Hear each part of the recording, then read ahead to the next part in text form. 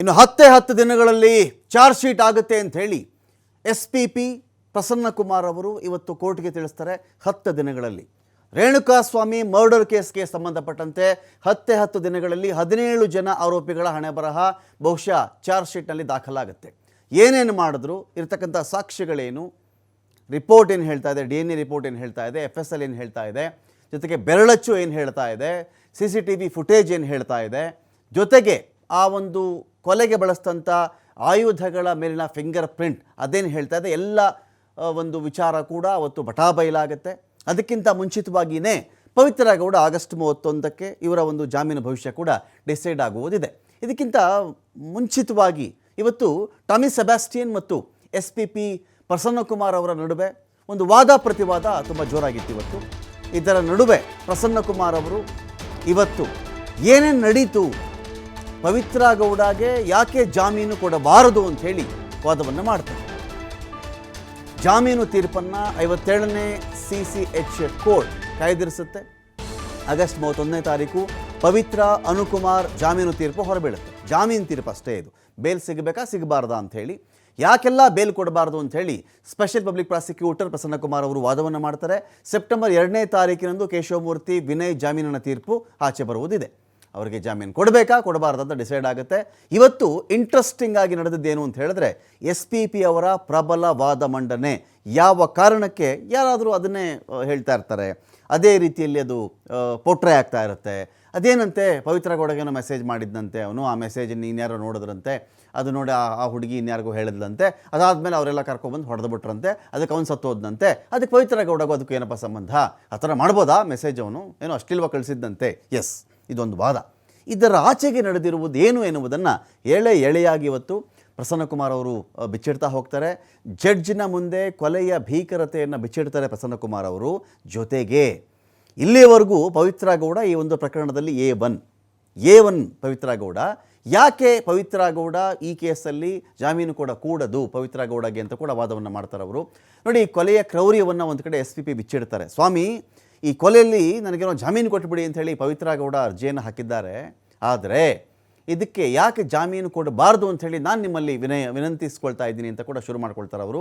3/6/2024 3ನೇ ತಾರೀಕು 6ನೆಯ ತಿಂಗಳು, ಅಂದರೆ ಇದೇ ವರ್ಷದ ಜೂನ್ 3ನೇ ತಾರೀಕು 2024 ಮೃತ ರೇಣುಕಾಸ್ವಾಮಿ ಯಾರು ಸತ್ತು ಹೋಗಿದ್ದಾನಲ್ಲ ಇವತ್ತಿಗೆ, ಆ ವ್ಯಕ್ತಿಯಿಂದ ಪವಿತ್ರಾಗೆ ಸಂದೇಶ ಬರುತ್ತೆ. ಕೆಲ ದಿನಗಳ ಕಾಲ ಈ ಮೆಸೇಜ್ ನೋಡಿಕೊಂಡು ಸುಮ್ಮನೆ ಇದ್ದಂಥ ಪವಿತ್ರ ಆಮೇಲೆ ಏನು ಮಾಡ್ತಾಳೆ, ಪವನ್ ಅನ್ನೋನಿಗೆ ಮಾಹಿತಿಯನ್ನು ರವಾನೆ ಮಾಡೋದು. ಪವನ್, ಈ ಥರದ್ದು ನನಗೇನೋ ಮೆಸೇಜ್ ಬರ್ತಾ ಇದೆ, ಇವನು ಯಾರೋ ಹಿಂಗೆ ಮೆಸೇಜ್ ಮಾಡ್ತಾ ಇದ್ದಾನೆ, ಸ್ವಲ್ಪ ನೋಡೋದನ್ನು ಅಂತ. ಪವಿತ್ರ ರೀತಿಯೇ ಮೆಸೇಜ್ ಮಾಡೋಕ್ಕೆ ಶುರು ಮಾಡ್ತಾನೆ. ಇಂಪರ್ಸೋನಾ ಆಗ್ತಾನೆ ಯಾರು, ಪವನ್. ಇಂಪರ್ಸೋನಾ ಅಂದರೆ ಇನ್ನೊಬ್ಬ ವ್ಯಕ್ತಿಯ ರೀತಿಯಲ್ಲಿ ತಾನು ನಟಿಸುವುದು, ನಂಬಿಸುವುದು. ವ್ಯಕ್ತಿ ಯಾರೋ ಅವ್ರ ರೀತಿಯಲ್ಲಿ ಇವನು ನಾನೇ ಪವಿತ್ರ ಗೌಡ ಅಂತ ಇವನು ಮೆಸೇಜ್ ಮಾಡೋಕ್ಕೆ ಶುರು ಮಾಡ್ತಾನೆ ಅಕೌಂಟಿಂದ. ರೇಣುಕಾಸ್ವಾಮಿ ನಂಬುತ್ತಾನೆ ಇದನ್ನು. ಓಹೋ, ನನಗೆ ಪವಿತ್ರ ಗೌಡನೇ ಮೆಸೇಜ್ ಮಾಡ್ತಾ ಇರೋದು ಅಂತ ಹೇಳಿ ಇದನ್ನು ನಂಬ್ಕೊಂಡು ರೇಣುಕಾಸ್ವಾಮಿ ಏನು ಮಾಡ್ತಾನೆ, ಫೋನ್ ನಂಬರ್ ಕೊಟ್ಬಿಡ್ತಾನೆ. ಯಾರಿಗೆ, ಪವನ್ಗೆ. ಲೊಕೇಶನ್ ಕೂಡ ಕಳಿಸ್ತಾನೆ, ಇಂಥ ಕಡೆ ಬಂದುಬಿಡಿ ನೀನು ಅಂಥೇಳಿ.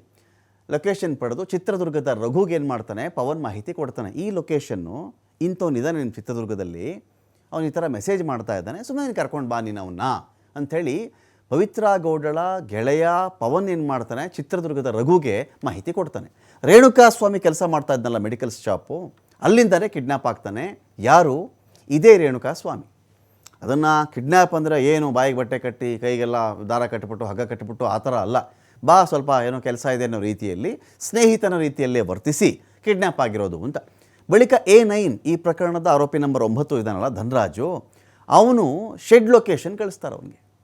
A10 ವಿನಯ್ ಗ್ಯಾಂಗ್ ಬರ್ತಾ ಇದ್ದಂತೆಯೇ ಶೆಡ್ನ ಗೇಟನ್ನು ಸೆಕ್ಯೂರಿಟಿ ತೆರೀತಾನೆ. ನಂತರ ಪಟ್ಟಣಗೆರೆಯ ಶೆಡ್ಗೆ ದರ್ಶನ್ ಮತ್ತು ಗ್ಯಾಂಗ್ ಎಂಟ್ರಿ ಕೊಡ್ತಾರೆ. ಒಳಗಡೆ ಅವನು ಬಂದಾದ್ಮೇಲೆ ಎಲ್ಲರೂ ಕೂಡ ಎಂಟ್ರಿ ಕೊಡ್ತಾರೆ.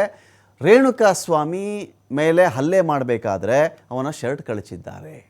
ಬರೀ ಮೈಗೆ, ಅಂದರೆ ಅವನಿಗೆ ಹೊಡೆಯೋಕ್ಕೆ ಮುಂಚೆ ಶರ್ಟ್ ಬಿಚ್ಚಿರೋ ಒಂದು ಅಂತ ಹೇಳಿ ಮೊದಲು ಶರ್ಟ್ ಬಿಚ್ಚಿಸ್ತಾರೆ. ಒಂದು ಬರೀ ಮೈಗೆ ರಕ್ತ ಬರುವಂತೆ ಹಲ್ಲೆ ಮಾಡ್ತಾರೆ.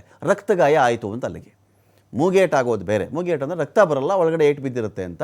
ರಕ್ತ ಬಂದರೆ ರಕ್ತಗಾಯ ಅಂತ ಪೊಲೀಸ್ ಭಾಷೆಯಲ್ಲಿ. ಅದೇ ಫೋಟೋವನ್ನು ದರ್ಶನ್ಗೆ ಕಳಿಸ್ಕೊಡ್ತಾರೆ, ನೋಡಿ ಹೆಂಗೆ ಹೊಡೆದಿದ್ದೀವಿ ಇವನಿಗೆ ಅಂತ.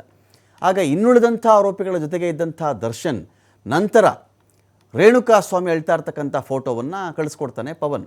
ಇನ್ನುಳಿದ ಆರೋಪಿಗಳ ಜೊತೆ ದರ್ಶನ್ ಇದ್ದಾಗ ಇದೇ ರೇಣುಕಾಸ್ವಾಮಿ ಜೋರಾಗಿ ಅಳ್ತಿರ್ತಕ್ಕಂಥ ಫೋಟೋವನ್ನು ಪವನ್ ಕಳಿಸ್ಕೊಡ್ತಾನೆ. ರೇಣುಕಾಸ್ವಾಮಿ ಪ್ರಜ್ಞೆ ತಪ್ಪಿ ಬಿದ್ದಿರ್ತಕ್ಕಂಥ ಫೋಟೋಗಳು ಕೂಡ ಇದೆಲ್ಲ ಸಿಗ್ತವೆ. ಶೆಡ್ನಲ್ಲಿ A3, A4, A5, A6, A7 ಜೋರಾಗಿ ರೇಣುಕಾಸ್ವಾಮಿಗೆ ಹಲ್ಲೆ ಮಾಡಿದ್ದಾರೆ.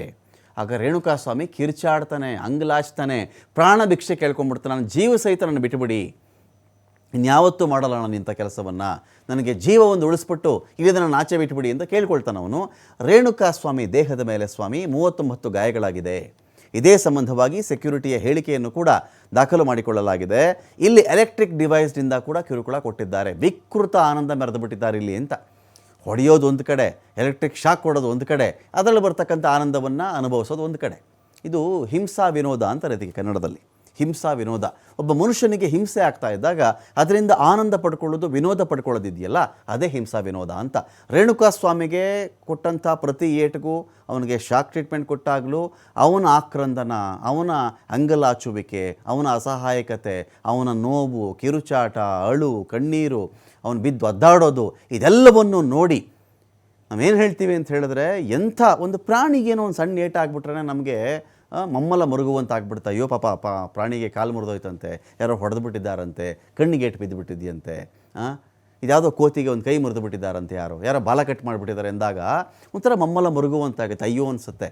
ಆದರೆ ಒಂದು ಮನುಷ್ಯ ರೂಪದ ಒಬ್ಬ ವ್ಯಕ್ತಿ, ಒಬ್ಬ ಮನುಷ್ಯ ರೇಣುಕಾಸ್ವಾಮಿ ಅಂಗಲಾಚ್ತಾ ಇರ್ತಾನೆ, ಒದ್ದಾಡ್ತಾ ಇರ್ತಾನೆ, ರಕ್ತ ಸುರಿತಾ ಇರುತ್ತೆ ಅವನಿಗೆ, ಬಿದ್ದು ಬೇಡ್ಕೊಳ್ತಾ ಇರ್ತಾನೆ. ಆದರೂ ಈ ರಾಕ್ಷಸ ಸ್ವರೂಪಿಗಳಿದ್ದಾರಲ್ಲ, ಇವ್ರು ಯಾರಿಗೂ ಕರುಣೆ ಬರಲ್ಲ. ಅದರಿಂದ ಅವರು ಆನಂದವನ್ನು ಪಡ್ಕೊಳ್ತಾ ಇರ್ತಾರೆ. ಸ್ಟೋನಿ ಬ್ರೂಕ್ಕು ಹೋಗಿ ದರ್ಶನ್ಗೆ ಪವನ್ ಫೋಟೋ ತೋರಿಸ್ತಾನೆ. ಇದು ಬರೀ ಮೊಬೈಲಲ್ಲಿ ಕಳಿಸ್ದೆ, ಹಿಂಗೆ ಹೊಡೆದಿದ್ದೀವಿ ನೋಡಿ ಇವನಿಗೆ ಅಂಥೇಳಿ ದರ್ಶನ್ಗೆ ಪವನ್ ಫೋಟೋ ಕೂಡ ತೋರಿಸಿದ್ದಾನೆ ಅಂಥೇಳಿ ಇವತ್ತು ವಾದವನ್ನು ಮಂಡಿಸ್ತಾರೆ SP ಪ್ರಸನ್ನಕುಮಾರ್ ಅವರು.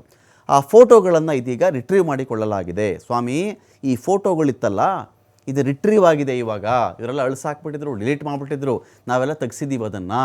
ಪವಿತ್ರ ಗೌಡ ನನ್ನ ಶೆಡ್ಗೆ ಹೋಗೇ ಇಲ್ಲ ಅಂಥೇಳಿ ಹೇಳಿದ್ದಿದ್ದು ಇಲ್ಲಿವರೆಗೂ. ಆದರೆ ಅವರ ಚಪ್ಪಲಿ ಮತ್ತು ಬಟ್ಟೆಯಲ್ಲಿ ಕೂಡ ರಕ್ತದ ಕಲೆ ಪತ್ತೆಯಾಗುತ್ತಲ್ಲ. ಪವಿತ್ರ ಗೌಡ ಒಂದು ವೇಳೆ ಈ ಪಟ್ಟಣಗೆರೆಯ ಶೆಡ್ಗೆ ಹೋಗದೇ ಇದ್ದಿದ್ದರೆ ಪವಿತ್ರ ಗೌಡ ಚಪ್ಪಲಿ ಮೇಲೆ ಮತ್ತು ಬಟ್ಟೆ ಮೇಲೆ ಬ್ಲಡ್ ಸ್ಟೈನ್ಸ್ ಯಾಕೆ ಆಗ್ತಾಯಿತ್ತು, ರಕ್ತದ ಕಲೆಗಳು ಯಾಕೆ ಆಗ್ತಾಯಿತ್ತು, ಅದು ಪತ್ತೆಯಾಗಿದೆಯಲ್ಲ. ದರ್ಶನ್ ಶೂನಲ್ಲೂ ರೇಣುಕಾಸ್ವಾಮಿ ರಕ್ತ ಸಿಗುತ್ತೆ, ಬಟ್ಟೆಯಲ್ಲೂ ರಕ್ತ ಸಿಗುತ್ತೆ. ನಾವು ಹೋಗಲೇ ಇಲ್ಲ, ನಾವು ಆಚೆ ಕೂತಿದ್ವಿ, ನಾವು ಸ್ಟೋನಿ ಬ್ರೂಕ್ಸಲ್ಲಿದ್ವಿ, ನಾನು ಮನೇಲಿದ್ದೆ, ಈ ಕಥೆ ಮಾತಾಡ್ತಾರಲ್ಲ, ಹೇಗಿದು? ಇವರು ಮನೇಲೇ ಇದ್ದು ಪಟ್ಟಣಗೆರೆ ಶೆಡ್ಡಿಂದ ರಕ್ತ ಚಿಂಬಿಟ್ಟು ರೇಣುಕಾಸ್ವಾಮಿದು ಅಲ್ಲಿಂದ ಹಾರಿ ಬಂದು ಅದು ರಾಜರಾಜೇಶ್ವರಿ ನಗರದ ಸ್ಟೋನಿ ಬ್ರೂಕು ಅಲ್ಲಿ ಇವ್ರು ಕೂತಿದ್ರ ಮೇಲೆ ಚಿಂಬಿ ಬಿದ್ದುಬಿಡ್ತಾ, ಅದೇ ಈ ಕಡೆ ಮನೇಲಿದ್ದಂಥ ಪವಿತ್ರ ಗೌಡ ಮೇಲೆ ಬೀಳಕ್ಕೆ ಸಾಧ್ಯನಾ ಅಂತ ಒಂದು ಲಾಜಿಕ್ ಬರುತ್ತೆ ಇಲ್ಲಿ. ಇದ್ರ ಬಗ್ಗೆ FSL ರಿಪೋರ್ಟು ಸ್ಪಷ್ಟವಾಗಿ ಹೇಳ್ತಾ ಇದೆ. ಈ ಮನುಷ್ಯನಿಗೆ ಪಕ್ಕೆಲುಬಿನ ಮೂಳೆ ಆತನ ಲಂಗ್ಸ್ ಅಥವಾ ಶ್ವಾಸಕೋಶಕ್ಕೆ ಚುಚ್ಕೊಂಡ್ಬಿಟ್ಟಿದೆ ಸ್ವಾಮಿ. ಮೂಳೆನೇ ಮುರಿದು ಹೋಗಿ ಮೂಳೆನೇ ಮುಳ್ಳಾಗಿ ಅವನಿಗೆ ಚುಚ್ಕೊಂಡ್ಬಿಟ್ಟಿದೆ ಇಲ್ಲಿ. ಬಿದಿರಿನ ಕೋಲಿಂದ ಕೂಡ ಭೀಕರವಾಗಿ ಹೊಡೆದಿದ್ದಾರೆ ಇವನಿಗೆ. ರೇಣುಕಾಸ್ವಾಮಿ ತಲೆಗಂತೂ ಬಲವಾದ ಗಾಯ ಆಗಿದೆ. ಅವನ ಮರ್ಮಾಂಗಕ್ಕೂ ಭೀಕರವಾಗಿ, ಅಮಾನುಷವಾಗಿ, ಅಮಾನವೀಯವಾಗಿ, ಮನುಷ್ಯ ಮಾತ್ರರು ಮಾಡದಂತಹ ರೀತಿಯಲ್ಲಿ ಭೀಕರವಾಗಿ ಅವನಿಗೆ ಥಳಿಸಿದ್ದಾರೆ. ಇನ್ನು 10 ದಿನಗಳಲ್ಲಿ ಚಾರ್ಜ್ ಶೀಟ್ ಆಗುತ್ತೆ ಸ್ವಾಮಿ, ಸಲ್ಲಿಸ್ತಾರಾಗ. ಕೋಲ್ಡ್ ಬ್ಲಡೆಡ್ ಮರ್ಡರ್ನಲ್ಲಿ ಪವಿತ್ರನೂ ಭಾಗಿಯಾಗಿದ್ದಾಳೆ ಸ್ವಾಮಿ. ಇದರಲ್ಲಿ ಹಿಂದಿನ ಪ್ರಕರಣಗಳನ್ನು ಕೂಡ ಉಲ್ಲೇಖ ಮಾಡಿಕೊಂಡು SPP ವಾದವನ್ನು ಮಾಡ್ತಾರೆ. ಇಲ್ಲಿ ಕಿಡ್ನ್ಯಾಪ್ ಪ್ರಕಾರ IPC 364 ಬಗ್ಗೆಯೂ ಕೂಡ SPP ಅವರು ಉಲ್ಲೇಖವನ್ನು ಮಾಡ್ತಾರೆ. ಕೊಲೆ ಮಾಡೋ ಉದ್ದೇಶ ಇಟ್ಕೊಂಡೇ ಇವನು ಕಿಡ್ನ್ಯಾಪ್ ಮಾಡಿರೋದು, ಬೇರೆ ಯಾವ ಉದ್ದೇಶನೂ ಇರಲಿಲ್ಲ ಇವರಿಗೆ. ನಮಗೇನು ಕೊಲೆ ಮಾಡೋ ಉದ್ದೇಶ ಇರಲಿಲ್ಲ, ಹಾಗೆ ಹೀಗೆ ಅಂತ ಇವರೆಲ್ಲ ಹೇಳ್ತಾ ಇದ್ದಾರಲ್ಲ, ಇದೆಲ್ಲ ಸುಮ್ಮನೆ ಹೇಳ್ತಾರಷ್ಟೇ. ಆದರೆ ಕೊಲೆ ಉದ್ದೇಶ ಇಟ್ಕೊಂಡೇ ಇವರು ಕಿಡ್ನ್ಯಾಪ್ ಮಾಡಿರೋದು. ಕೊಲೆ ಉದ್ದೇಶ ಇರದೇ ಇದ್ದರೆ ಇಷ್ಟು ಭೀಕರವಾಗಿ ಯಾರು ಥಳಿಸೋಕ್ಕೆ ಸಾಧ್ಯನೇ ಇಲ್ಲ. ಇದು SPP ಅವರ ವಾದ ಆಯಿತು. ಇದಕ್ಕೆ ಪ್ರತಿಯಾಗಿ ಟಾಮಿ ಸೆಬಾಸ್ಟಿಯನ್ ಒಂದು ಕಡೆ ವಾದವನ್ನು ಶುರು ಮಾಡ್ಕೊಳ್ತಾರೆ. ಅವರು ಪವಿತ್ರ ಗೌಡ ಪರವಾಗಿನ ವಕೀಲರು ಇದರಲ್ಲಿ. ನೋಡಿ ಸ್ವಾಮಿ, ಈ ಥರ ಒಂದು ಹೆಣ್ಣುಮಗಳಿಗೆ ಮೆಸೇಜ್ ಬಂದಾಗ ಸಾಮಾನ್ಯವಾಗಿ ಹೇಗೆ ಪ್ರತಿಕ್ರಿಯೆ ಮಾಡಬೇಕು, ಇದಕ್ಕೆ ಅಷ್ಟಿಲ್ವಾಗೇನೋ ಕಳಿಸ್ತಾ ಇದ್ದ. ಆಕೆ ಏನು ಮಾಡ್ತಾಳೆ, A3ಗೆ ಹೇಳ್ತಾಳೆ ಸ್ವಾಮಿ. A3 ಯಾರು? ಪವನ್ ಏನು ಮಾಡ್ತಾನೆ ಇದರಲ್ಲಿ, ಪವನು ದರ್ಶನ್ನು ಆಮೇಲೆಲ್ಲ ಭಾಗಿಯಾಗ್ತಾರೆ ಇದರಲ್ಲಿ. ಆಮೇಲೆ ಅವರು ಹೊಡೆದಿರೋದು ಸ್ವಾಮಿ, ದರ್ಶನ್ನು ಪವನು ಇವರೆಲ್ಲರೂ ಸೇರ್ಕೊಂಡು ಹೊಡಿತಾರೆ ಅವನಿಗೆ. ಯಾರಿಗೆ? ರೇಣುಕಾಸ್ವಾಮಿಗೆ. ಪವನ್ ದರ್ಶನ್ಗೆ ಹೇಳ್ತಾನೆ, ದರ್ಶನ್ ಆಕೆಯನ್ನು ಕರ್ಕೊಂಡು ಹೋಗ್ತಾರೆ. ದರ್ಶನ್ ಪವಿತ್ರ ಗೌಡನ ಕರ್ಕೊಂಡು ಹೋಗಿರೋದು, ಪವಿತ್ರ ಗೌಡ ಬಂದಿರಲಿಲ್ಲ. ಪವನ್ ಆಮೇಲೆ ದರ್ಶನ್ಗೆ ಹೇಳೋದು, ಆನಂತರದಲ್ಲಿ ಆಮೇಲೆ ಅವನು ದರ್ಶನ್ ಬಂದು ಪವಿತ್ರ ಗೌಡನ ಕರ್ಕೊಂಡು ಹೋಗೋದು. ಇಲ್ಲಿ ಪವಿತ್ರ ಗೌಡ ಪಾತ್ರ ಏನು ಸ್ವಾಮಿ? ಏನು ಪಾತ್ರ ಇಲ್ಲ. ಇವ್ರು ಕರ್ಕೊಂಡು ಬಂದು ಇವ್ರು ಹಲ್ಲೆ ಮಾಡಿದ್ರೆ ಪವಿತ್ರ ಗೌಡ ಏನು ಮಾಡಬೇಕು ಅದಕ್ಕೆ ಅಂತ. ಇಲ್ಲಿ ಪವಿತ್ರ ಗೌಡಗೂ ಕೊಲೆಗೂ ಏನೇನೂ ಸಂಬಂಧ ಇಲ್ಲ.